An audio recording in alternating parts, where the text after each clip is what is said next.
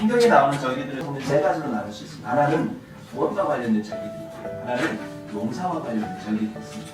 또 하나는 심판, 완식에 관련된 절기들이 나뉩니다. 그래서 인류를 구원하는 그러한 절기들, 또 그리고 농사하고 심판하고 안식하는 절기들 중에 하나님이 하시고자 하는 게 뭐냐면 하나님이 인류를 구원해서 그들을 가지고 구원한 사람들을 농사해서 그리스도의 형상을 길러내는 거예요. 그래서 하나님의 심판을 통해 추수해서 하나님의 안식안에 드리겠다라고 하는 그 영원한 메시지를 하나님은 이 절기들에 담아놓으셨어요. 그래서 이 구원과 관련된 절기들은 특별히 유월절과 무교절이 거기에 관련이 되어 있습니다. 유월절은 히브리어로 페사라고 합니다. 페사로. 근데 이게 출애굽할 때 이스라엘 백성들 애굽에서 나올 때에 장자의 죽음이 있었어요. 마지막 10번째 재앙 중에 그 재앙의 그 장자의 죽음을 면하라고 이스라엘 백성들에게 있어서는 하나님의 장자인 그런 그 예수 그리스도의 죽음을 상징하는 어린 양을 잡아서 문설주의 발름으로 인해서 장자의 죽음을 면하게 하는 거예요. 그러니까 신약에 와서 유월절은 뭘 상징하냐면 예수 그리스도의 십자가 사건을 상징하는 겁니다. 그 다음에 이제 마초트라고 하는 무교절이 있는데 무교절은 뭐냐면 유월절 다음 날부터 시작해서 일주일간 펼쳐지는 절기입니다. 그래서 누룩 없는 떡을 먹는 절기예요. 신약에 와서 이 누룩이 상징하는 건 뭐냐면 죄가 없으신 생명의 떡 예수 그리스도를 상징하는 거예요. 그리고 이제 농사에 관련된 절기가 있는데 그게 뭐냐면 초실절, 또 오순절, 장막절 이런 절기들이 있습니다. 초실절은 바토림이라고 하는데 무교절 기간 중에 안식일이 나오면 안식일 다음 날에 지키는 절기를 초실절이라고 합니다. 그래서 이게 신약에 와서는 예수님의 부활절인 거예요. 그 다음에 오순절은 샤부아라고 하는데 이날은 이제 보리나 밀을 적극적으로 수확하는 절기를 말해요. 그래서 우리는 이날을 백주절이라고 합니다. 신약에 와서 이게 어떻게 되냐면 그 오순절 날에 성령이 임하셨어요. 성령이 임해서 교회가 태동이 됩니다. 그래서 하나님 앞에 영적인 추수가 일어나는 거예요. 그래서 오순절 성령 강림절이라고 하고 교회가 태동하는 절기입니다. 그래서 하나님 앞에 이미 이러한 절기들은 이루어졌습니다. 그리고 이제 나머지 이제 이루어지지 않은 절기 장막절이라고 하는 수장절이라고 하는 장막절.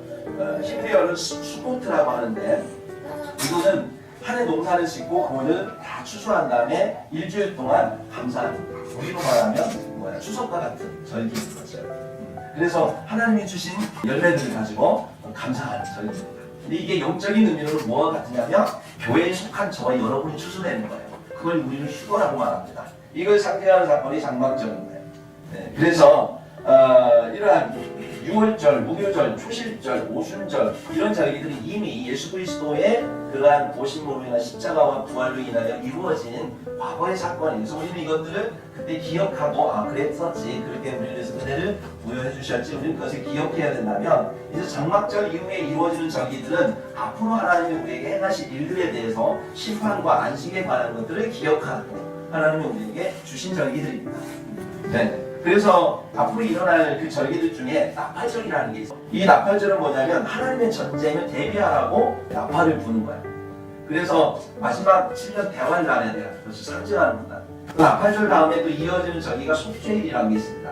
욤키푸림이라고 해서 대제사장이 1년에 한 번 이스라엘 백성들을 대표해서 들어가는 그날에 모든 이스라엘 백성들은 회개하는 거예요. 이방인인 우리 그리스도인들에게 있어서는 1260일 동안 우리가 광야에서 양육을 받아요.